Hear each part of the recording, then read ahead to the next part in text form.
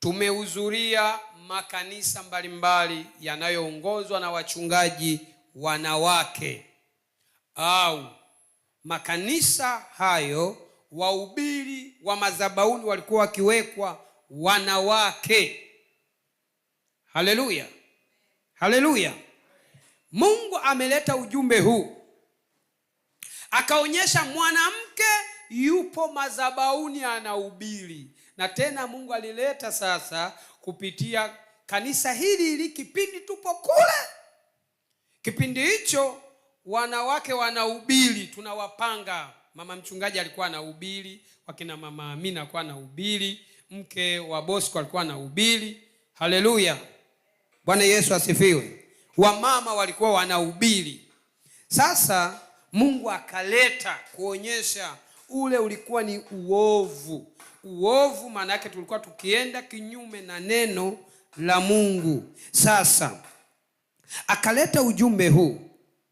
Mwanamke anapokuwa hapa madhabahuni anahubiri, membalini ni mahali pa mwanaume, sio mahali pa mwanamke. Sasa katika ujumbe ule akaonyesha ya kwamba mwanamke anahubiri hapa madhabahuni, kadiri anapohubiri nguo zinaondoka. Haleluya. Yaani nashangaa, nguo inavulika, inaondoka mpaka matiti yanabaki wazi, nguo inaondoka mwanamke anapohubiri madhabahuni. Ni kitu ambacho kwa kweli nilishangaa sana Mungu alipoleta ule ujumbe. Nikashangaa sana. Haleluya.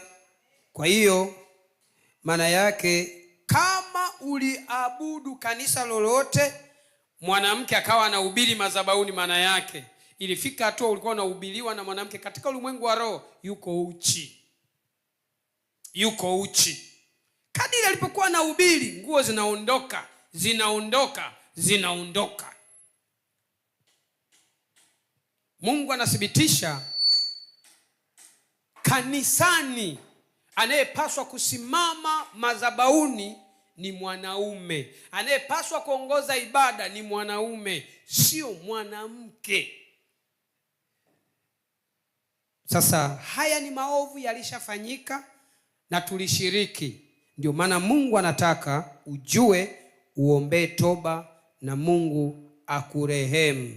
Fungua kile kitabu cha Wakorinto wa kwanza.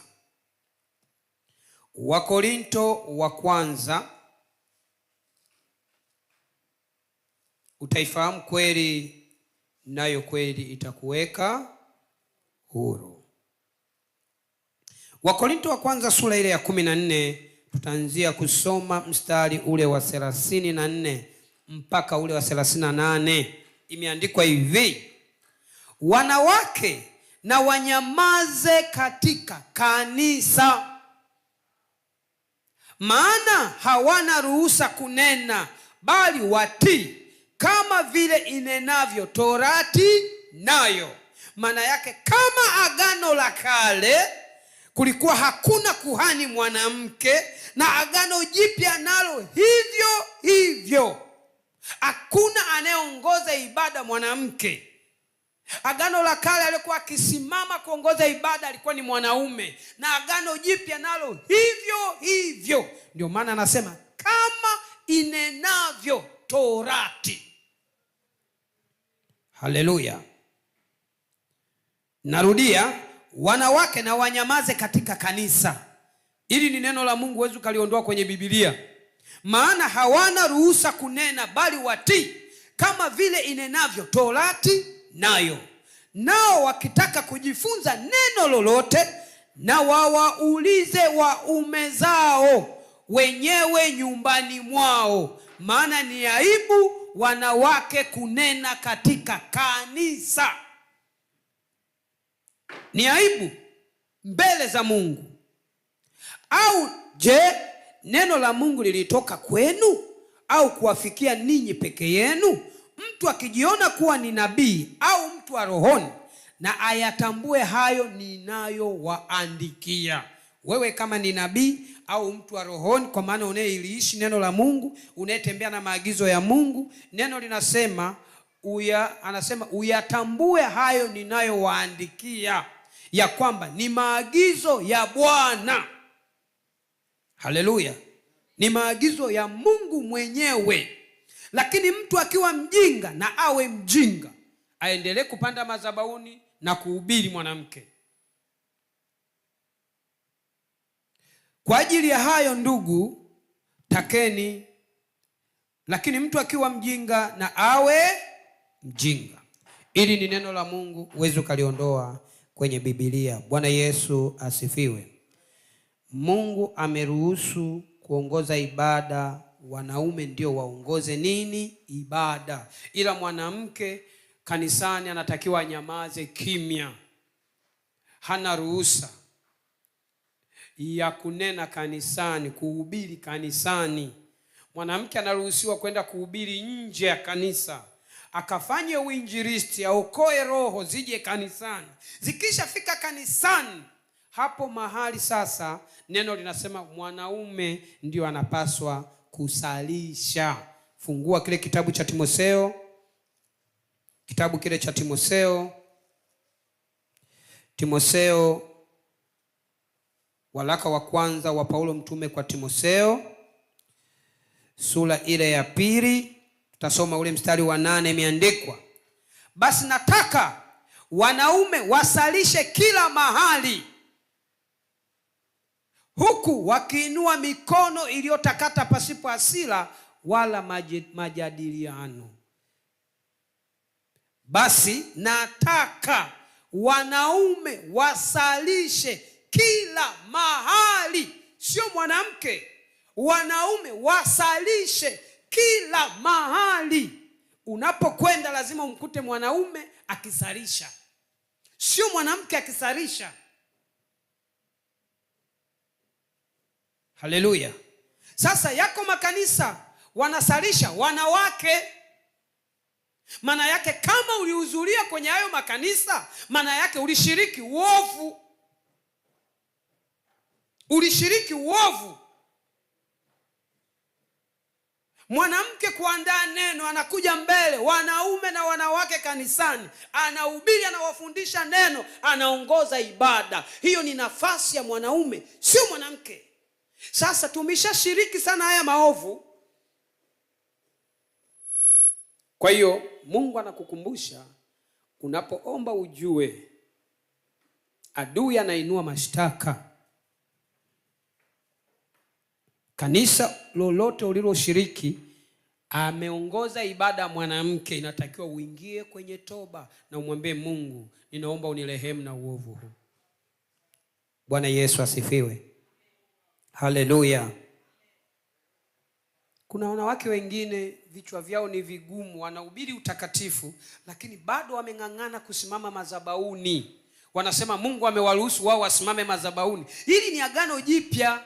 Wanakuambia Mungu hajakataza mwanamke kuhubiri. Hakuna mchungaji mwanamke, hakuna shemasi mwanamke, hakuna askofu mwanamke, hamna kwenye Biblia.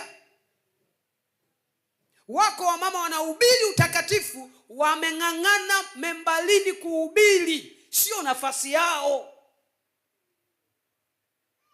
sio nafasi yao. Neno linakataa. Usiangalie kwamba Mungu anamtumia, kuna vitu anamuonyesha mbalimbali, sijui nini na nini. Hapana. Lazima Mungu anaangalia neno, haangalii kitu kingine. Mungu anaweza kumtumia mtu na mwisho wa siku akaishia kuzimu. Unashangaa wachungaji wanawake wanaombea watu na wanapona, wanafunguliwa. Neno la Mungu linasema hivi, na ishara hizi zitafuatana na hao waaminio, kwa jina langu watatoa pepo. Ukimwamini Yesu una mamlaka ya kufanya muujiza wowote, una mamlaka kuziamrisha pepo. Usizuzuke kwa sababu anaamrisha pepo wanawake madhabahuni na zinaondoka. Hili ni neno. Haleluya. Wanaume na wasalishe kila mahali. Pia ukiendelea mstari ule wa 11, mstari ule wa 11 imeandikwa hivi mpaka ule wa 15. Mwanamke na ajifunze katika utulivu akitii. Anasema mwanamke na ajifunze katika utulivu akitii kwa kila namna. Simpi mwanamke ruhusa ya kufundisha wala kumtawala mwanaume, bali awe katika utulivu. Kwa maana Adamu ndiye aliyeumbwa kwanza na Hawa baadaye. Wala Adamu hakudanganywa, ila mwanamke alidanganywa kabisa, akaingia katika hali ya kukosa. Kumbe Mungu anakataza mwanamke kuhubiri, kwa sababu mwanamke, neno linasema hivi, wala Adamu hakudanganywa, ila mwanamke alidanganywa. Maana yake shetani ni rahisi sana kumdanganya mwanamke, sio mwanaume. Nyinyi ni mashahidi, mmefuatilia mafundisho mbalimbali ya wanawake. Wanatoa vitu ambavyo vinachanganya watu, vinavuruga watu. Mafundisho mengine ni ya uongo na upotofu mkubwa. Kwa nini? Kwa sababu Biblia inasema hivi, wala Adamu hakudanganywa, bali mwanamke alidanganywa kabisa. Maana yake mwanamke yeyote kama hajasimama vizuri na Mungu, shetani huwa hamsumbui. Yaani shetani huwa hamsumbui.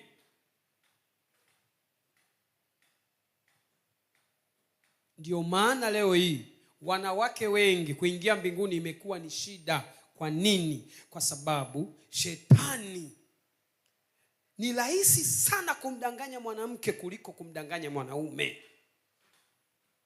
Maana yake ni nini? Mwanamke ana imani, lakini imani ambayo mizizi yake sio mikubwa kama mwanaume. Yaani mwanaume ana imani yenye mizizi.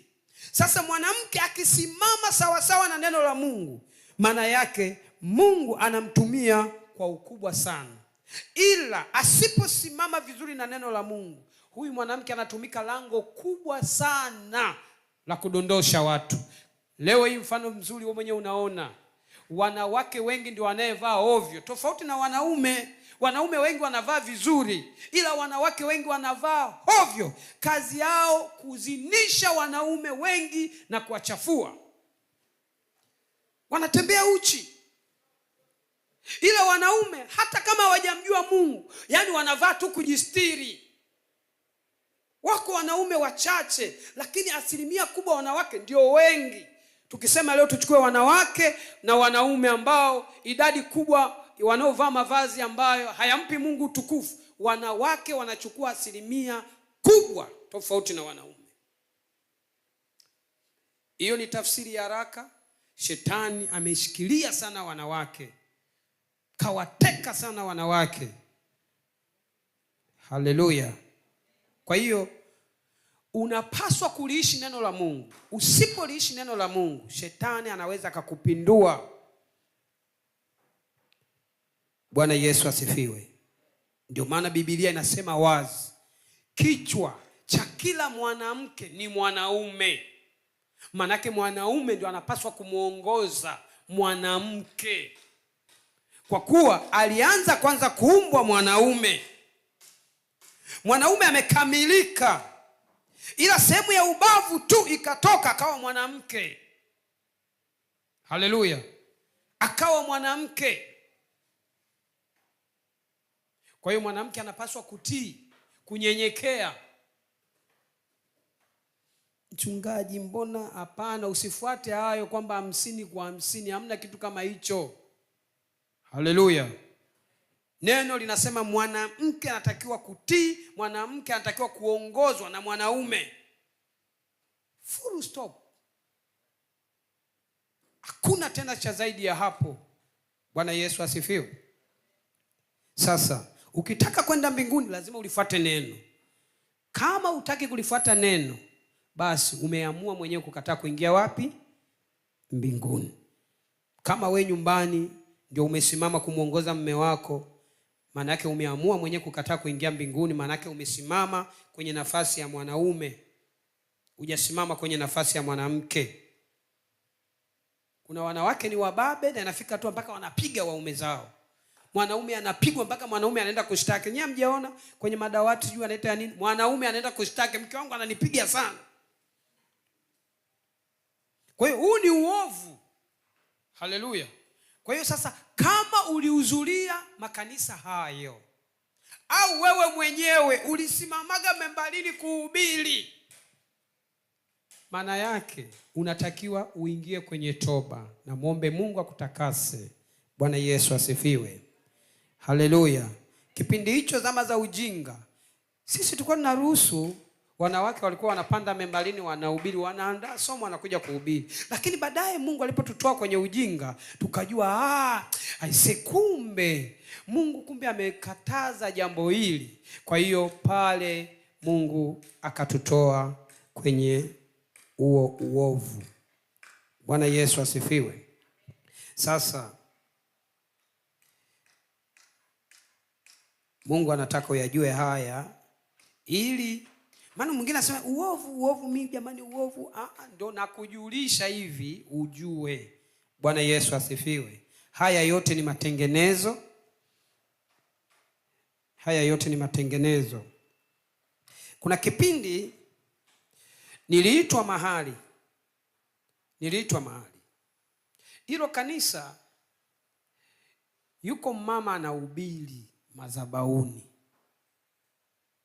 Huwa wamama wanahubiri madhabahuni, wanapangwa kabisa, wanahubiri madhabahuni na wanahubiri utakatifu. Watu wafunike vichwa, wanakatazwa mambo dhambi hivi na hivi. Nilipoitwa nikaenda. Kipindi ninatoka usiku, Mungu akanionyesha nimeingia mahali kuna tope nyingi sana. Nikasema hiki nini? Mungu akaniambia kwenye lile kanisa uliloenda. Nikasema tope. Mungu ananiambia huo ni uovu. Unatokana na nini? Mwanamke anahubiri madhabahuni. Nikasema Yesu nisamehe. Bwana Yesu asifiwe.